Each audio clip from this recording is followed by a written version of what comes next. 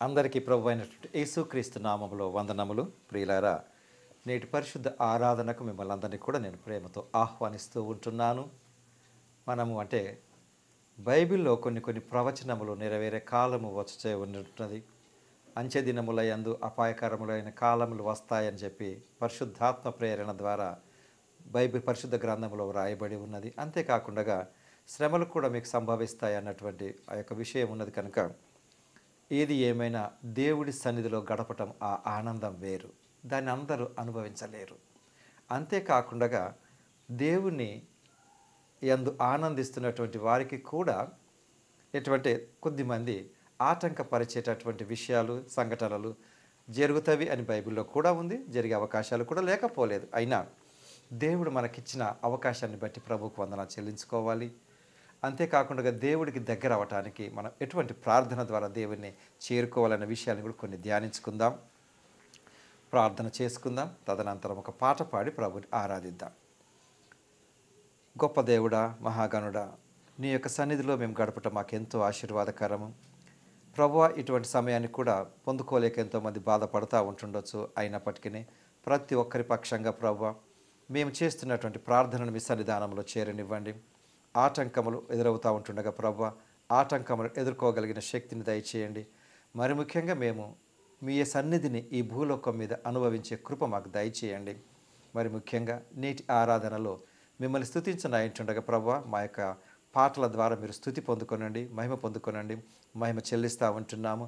వాక్యం ద్వారా కూడా మీరు మాతో మాట్లాడి మమ్మల్ని బలపరిచి మీ నిత్య రాకడ కొరకు ప్రభువా మమ్మల్ని సిద్ధపరచమని సమస్త ఘనతను మీకే చెల్లిస్తూ యేసు నామములో అడిగి వేడుకుంటున్నాను తండ్రి, ఆమెన్. ప్రియులారా, యొక్క సందర్భంలో ఒక పాట పాడి మనం ప్రభువుని ఆరాధిద్దాం.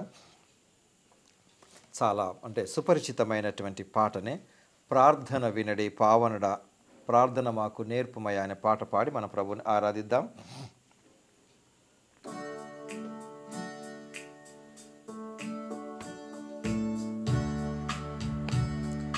ప్రార్థన వినడి పావనుడా, ప్రార్థన మాకు నేర్పుమయా, ప్రార్థన వినడి పావనుడా, ప్రార్థన మాకు నేర్పుమయా.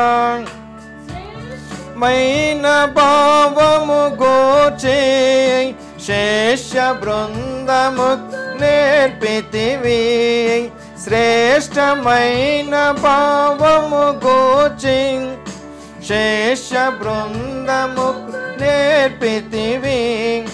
పరముడ నిన్ను ప్రణుతించెదము, పరలోక ప్రార్థన నేర్పుమయా, ప్రార్థన వినడి పావనుడా, ప్రార్థన మాకు నేర్పుమయా. పరమదేవుడావని తెలిసి కరములెత్తి జంటగా మోర్చి, పరమదేవుడావని తెలిసి కరములెత్తి జంటగా మోర్చి, శిరమును వంచి సరిగను వేడిన్ సుంకరి ప్రార్థన నేర్పుమయా, ప్రార్థన వినడి పావనుడా, ప్రార్థన మాకు నేర్పుమయా. దినంబు చేసిన సేవ దైవ చేతముకు సరిపోవా, దినంబు చేసిన సేవ దైవ చేతముకు సరిపోవా. దీనుడవయ్యు దిటముగా కొండ చేసిన ప్రార్థన నేర్పుమయా, ప్రార్థన వినడి పావనుడా, ప్రార్థన మాకు నేర్పుమయా. శత్రుముఖ నిన్ను తోటుకొని సిలువ పైన నిన్ను చంపగను, శత్రుముఖ నిన్ను చోటుకొని సిలువ పైన నిన్ను చంపగను శాంతముతోని శత్రుల బ్రోవ సలిపిన ప్రార్థన నేర్పుమయా ప్రార్థన వినడి పావనుడా ప్రార్థన మాకు నేర్పుమయా.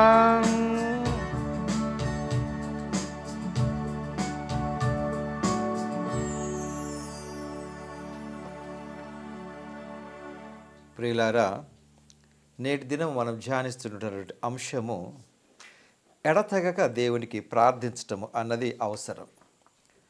ప్రార్థన అంటే దేవుడితో నేను ముచ్చటించటం, దేవుడితో నేను మాట్లాడుతున్నాను. నా అనుదినము కూడా నా యొక్క దినదిన చర్యలను ప్రభువుకు తెలియపరుచుకుంటూ ప్రభువు నుంచి నేను కొన్ని విషయములు కూడా తెలుసుకోవటం అన్నది. కాకపోతే ప్రార్థన అనగానే చాలామందికి అంటే అక్కరల నిమిత్తం అడుక్కోవడం అన్న విషయమే కొద్దిమందికి తెలుసు. యాక్చువల్గా దేవుడితో నేను మాట్లాడటం అది అంటే బోత్ ద వేస్. ఇది ఎంతో అనుభవము దేవుడి యొక్క సన్నిధిలో గడిపి దేవుడి యొక్క స్వరమును నేను గుర్తెరిగి ఆ స్వరము ఇది అంటే యథార్థమైనటువంటి స్వరాన్ని నేను గుర్తించగలిగి అంటే చూడండి, దేవుడు ప్రతి ఒక్కరితో డిఫరెంట్గా మాట్లాడుతూ ఉంటుంటాడు. నేను మాత్రం వ్యక్తిగతంగానే దేవుడితో మాట్లాడాలి. నా పక్షంగా వేరే వారు విన్నపాలు చేయొచ్చు, విజ్ఞాపనలు చేయవచ్చు.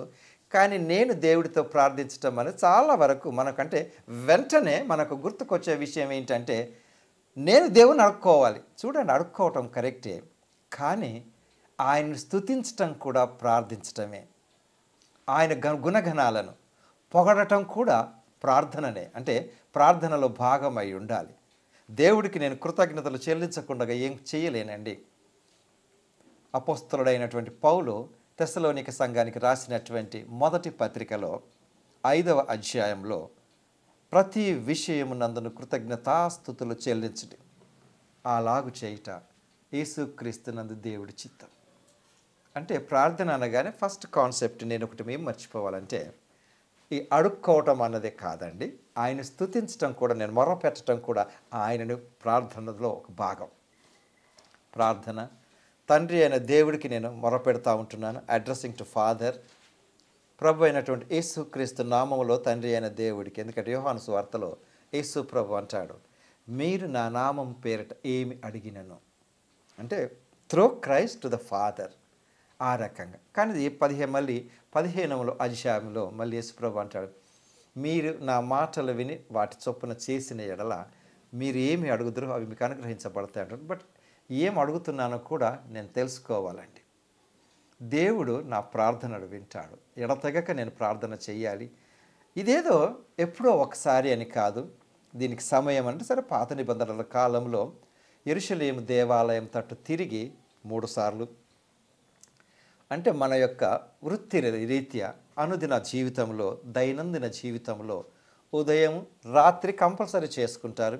కొద్దిమంది మధ్యాహ్నం అంటే 3 పూటలు అయింది. ఇక కొద్దిమంది ప్రభు యొక్క పరిచర్యలోనే ఉన్నటువంటి వ్యక్తులేమి, సేవకులని పిలువబడుతున్న వాళ్ళేమి, ప్రభు పరిచర్యలో ఉన్న వాళ్ళేమి ఎప్పుడు కూడా ఈ యొక్క ప్రార్థన ఇతరులకు కొరకు కూడా జరిగించేవారు ఉంటారు.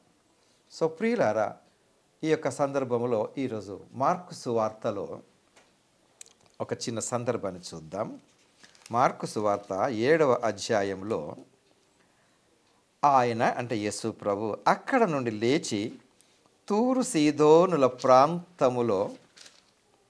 ప్రాంతములకు వెళ్ళి ఒక ఇంట ప్రవేశించి, ఒక యేసు ప్రభు ఒకరి ఇంట్లోకి వచ్చి ఆ సంగతి ఎవరికిని తెలియకుండా వాళ్ళనని కోరెను, కానీ ఆయన మరుగై ఉండలేకపోయాను.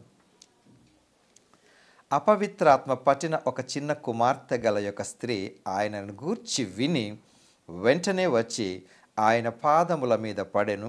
ఆ స్త్రీ సురోఫెనియకయ వంశమందు పుట్టిన గ్రీసు దేశస్థురాలు. ఆమె తన కుమార్తెలో నుండి ఆ దయ్యమును వెళ్ళగొట్టమని ఆయనను వేడుకొనెను. ఇది ఆయనను వేడుకొననంటే ఆ స్త్రీ తన కుమార్తె గురించి తండ్రి అయిన దేవుడిని అడిగింది. దాన్నే మనం మామూలుగా చెప్పాలంటే ఆయన్ని ప్రార్థించింది. సరే ప్రార్థనలో డిఫరెంట్ డిఫరెంట్ సమయములు, కూర్చునే విధానము అవన్నీ కాకుండా ఇక్కడ అక్కడి పరిస్థితిని బట్టి ఆయన్ని వేడుకున్నది అని అంటే ఆయనను ప్రార్థించింది, ఆయనను అడిగింది.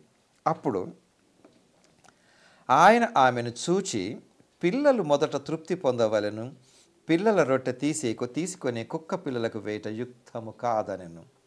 అందుకామె చూడండి ఎలా సమాధానం ఇచ్చిందో. అందుకామె, నిజమే ప్రభువా, అయితే కుక్క పిల్లలు కూడా బల్ల క్రింద ఉండి పిల్లలు పడవేయి రొట్టె ముక్కలు తినును గదా అని ఆయనతో చెప్పాను. దీని అర్థం ఏంటంటే, యేసు ప్రభువుని అడిగింది, అయ్యా నా కుమార్తె నుంచి ఆ దయ్యాన్ని వెళ్ళగొట్టమని. అంటే ఆయన వచ్చింది ఎవరి కొరకు, నేను నీ కొరకు కాదు అన్నటువంటి విషయాన్ని ఆమెకు వేరే మాదిరిగా చెప్పి ఏమన్నాడంటే, చూడమ్మా, ఫస్ట్ పిల్లలు తృప్తి పొందాలి, దాని తర్వాతనే కుక్క పిల్లలకి వేయాలి రొట్టె ముక్క అన్నప్పుడు. అంటే ఆమె అడిగిన విధానంలో చూడండి, అవునయ్యా, ఫస్ట్ ఆ పిల్లలు తృప్తి పొందాలి నిజమే, కానీ వాళ్ళు పడేస్తేనే కదా ఈ కుక్క పిల్లలు కూడా తిని తృప్తి పొందాలనంటే ఆమె ఆ కుక్క పిల్లల అంతగా తను అంటే ఆ కుక్క పిల్లలుగా మేమే అనుకోండి ఒకవేళ కూడా, మరి మీరేస్తేనే కదా మేము ఆ రొట్టెలు తినాల్సిందని ఆమె అంటది. అందుకు ఆయన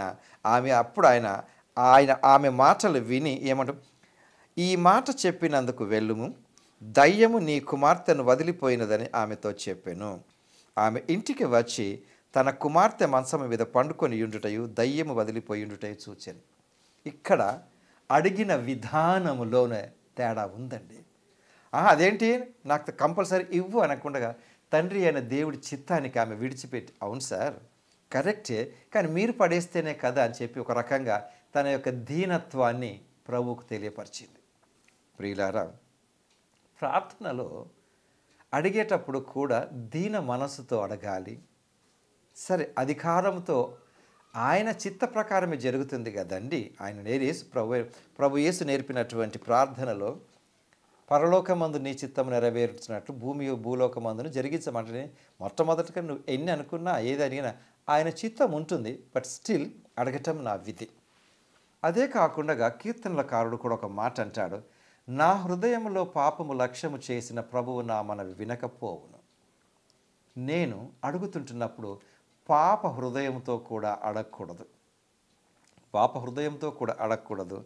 సదుద్దేశంతో గనుక నేను అడిగినట్లయితే నేను అడుగుకున్నటువంటి కొన్ని విషయములను తండ్రి నా యొక్క హృదయాన్ని చూసి నన్ను ప్రేమించి నాకు ఇస్తూ ఉంటుంటాం. అదేవిధంగా 2వ రాజులు 20వ అధ్యాయంలో ఇక్కడ, ఆ దినములలో హిజ్కియాకు మరణకరమైన రోగము కలగగా ఆమోజు కుమారుడును ప్రవక్తయునైన యెషయా అతని దగ్గరికి వచ్చి, దేవుడు తన ప్రవక్త ద్వారా ఈ యొక్క హిజ్కియాకు ఈ వర్తమానం పంపిస్తాడు. నీవు మరణమగుచున్నావు, బ్రతకవు గనుక నీవు నీ ఇల్లు చక్కబెట్టుకోమని యెహోవా సెలవిచ్చుచున్నాడని చెప్పగా, ఇది ఇక నువ్వు అంటే ప్రవక్త అబద్ధం చెప్పాడా అండి? కాదు. ప్రవక్త అంటే తను మాట్లాడుతున్నది ప్రవచనం కాబట్టి దేవుడి నుండి పొందుకున్నటువంటి వర్తమానాన్ని ఆయన ఇతరులకు అందిస్తాడు. హిజ్కియా మరణకరమైన రోగం అన్నారు, అది ఏం జబ్బు మనకు తెలియదు, బట్ స్టిల్ అంటే చావటానికి సిద్ధంగా ఉన్నాడని అతనికి వర్తమానం చెప్పటమే కాకుండా ఇంకొక ఇక్కడ విషయం ఆలోచించినట్లయితే, నీ ఇల్లు చక్కబెట్టుకోమంటాడు. అంటే ఒక అవకాశం ఇచ్చాడు. ఇంకను నువ్వెక్కడైనా తప్పిదములు పొరపాట్లు చేసి వేరే రకంగా సెట్ రైట్ చేసుకోవాల్సినటువంటి పనులు ఏమన్నా ఉంటే దేవుడు నీకు సమయం ఇచ్చి నీకు ముందుగానే తెలియపరుస్తుంటున్నాడు కాబట్టి నీ ఇల్లు చక్కబెట్టుకోమంటాడు. అతడు తన ముఖము గోడ తట్టు తిప్పుకొని ఇక్కడ అతడు చేసినటువంటి ప్రార్థన, యెహోవా యథార్థ హృదయుడునై సత్యముతో నీ సన్నిధిని నేనెట్లు నడుచుకొంటినో, నీ దృష్టికి అనుకూలముగా సమస్తమును నేనెట్లు జరిగించుతునో కృపతో జ్ఞాపకము చేసుకొనిమని హిజ్కియా కన్నీళ్లు విడుచుచు యెహోవాను ప్రార్థించెను. యెషయా నడిమిశాలలో నుండి అవతలకి వెళ్ళక మునిపే యెహోవా వాక్కు అతనికి ప్రత్యక్షమై ఇలాగ సెలవిచ్చెను, నీవు తిరిగి నా ప్రజలకు అధిపతి అయిన హిజ్కియా యొద్దకు పోయి అతనితో ఇట్లనుము, నీ పితరుడైన దావీదునకు దేవుడగు యెహోవా దావీదునకు దేవుడగు యెహోవా నీకు సెలవిచ్చినదేమనగా, నీవు కన్నీళ్లు విడుచుట చూచి తిని నీ ప్రార్థన నేను అంగీకరించి ఉన్నాను, నేను నిన్ను బాగు చేసేది. ఇక్కడ 3వ వచనములో హిజ్కియా చేసినటువంటి ప్రార్థన విధానం, కన్నీళ్లతో ప్రార్థించినాడండి. ప్రార్థనలో కన్నీళ్ళు వచ్చాయి. అంటే ఆయన ఎలా నన్ను బ్రతికించమని అడిగినట్టు అక్కడైతే వ్రాయబడి లేదు, కానీ అసలు ఆయన ఎంత యథార్థ హృదయుడై ఉంటే దేవుడితో ఆ మాట పలకగలడండి. నేను యథార్థవంతుడనై నీ గతంలో నేను చేసినటువంటి కొన్ని క్రియలను నువ్వు జ్ఞాపకం చేసుకో. సత్యముతో యథార్థ హృదయుడినై సత్యముతో నీ సన్నిధిని నేనెట్లు నడుచుకొంటినో, నీ దృష్టికి అనుకూలముగా సమస్తమును నేనెట్లు జరిగించి తినో. ఒక్కసారి నువ్వు జ్ఞాపకం చేసుకో. దేవుడికి తెలియక కాదు, కానీ ఆ హృదయ వేదనను తండ్రి అయిన దేవుడికి ఎంత దీన స్థితితో మొరపెట్టుకున్నాడో, ఆయన ఆ యొక్క విధానము, ఆ యొక్క హృదయం, ఆ కన్నీళ్లను, ఆ వేదనను యెహోవా చూసి తిరిగి అదే యెషయాతో తిరిగి వర్తమానం పంపిస్తాడు. ప్రియులారా, ప్రార్థనలో మనం అనేకమైనటువంటి సమాధానాలు పొందుకుంటాం, కానీ నేను చేసేటటువంటి ప్రార్థనలో నీతి యథార్థత కూడా ఉందా? లేదు, నాకు నువ్వు ఖచ్చితంగా చేయాలనే అలాంటిది కాదండి. తండ్రి అనే దేవుడికి నేను నా యొక్క స్థితిని అప్పజెప్పినప్పుడు నాకు ఏది అవసరమో దేవుడిస్తాడు. యేసు ప్రభువు కూడా శిలువ మరణంకు ముందు ఆయన చెమట రక్తంగా మారింది. రక్తం అంటే చెమట రక్తం మారిపోయింది. రక్తం చెమటగా బయటకు అంటే చెమటనే రక్తంగా మారి బయటకు వచ్చినప్పుడు కూడా తండ్రి అయిన దేవుడితో ప్రార్థిస్తాడు, తండ్రి నీ చిత్తం అయితే ఈ పాత్రను తొలగించమని. అక్కడ కుమారుణ్ణి కల్వరి శిలువ పైన మరణానికి అప్పజెప్పినటువంటి తండ్రి అయిన దేవుడు.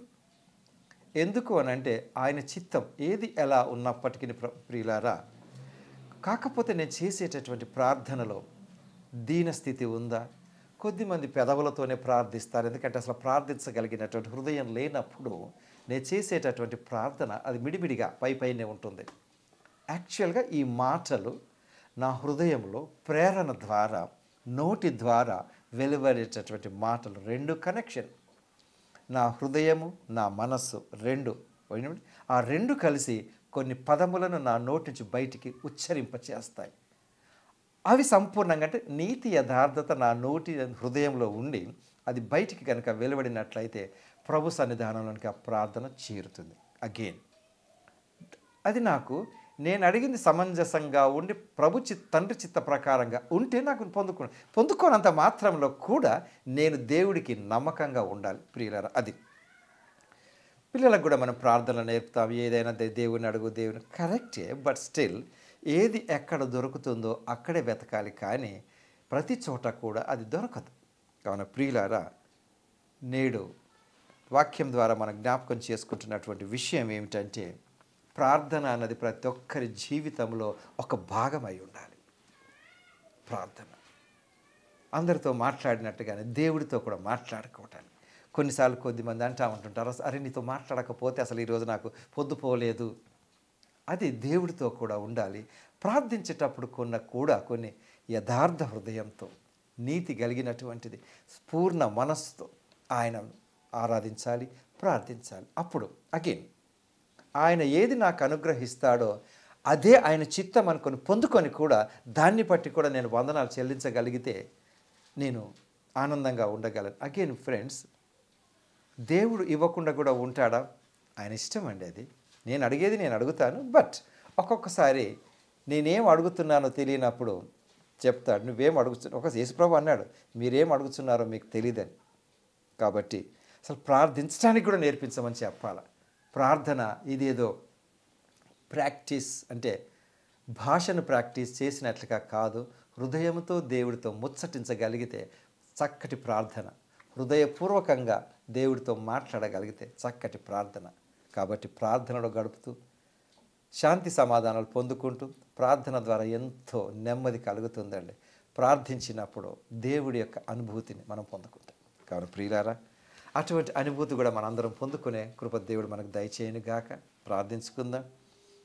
ప్రేమ కనికరం కలిగిన ప్రియ పరలోకపు తండ్రి, మీరు మాతో మాట్లాడిన విధానమును బట్టి వందనములు. మిమ్మల్ని స్తుతించడానికి, మిమ్మల్ని ఆరాధించడానికి ప్రభువా మీతో అనునిత్యం మేము ప్రభువా కనెక్షన్ కలిగి ఉండటం కొరకును, సమాధానం కలిగి ఉండటం కొరకును, ప్రార్థన ద్వారా ప్రభువా మీతో మేము చేరువవటానికి మీరు మాకు చూపిన కృప కొరకై వందనములు.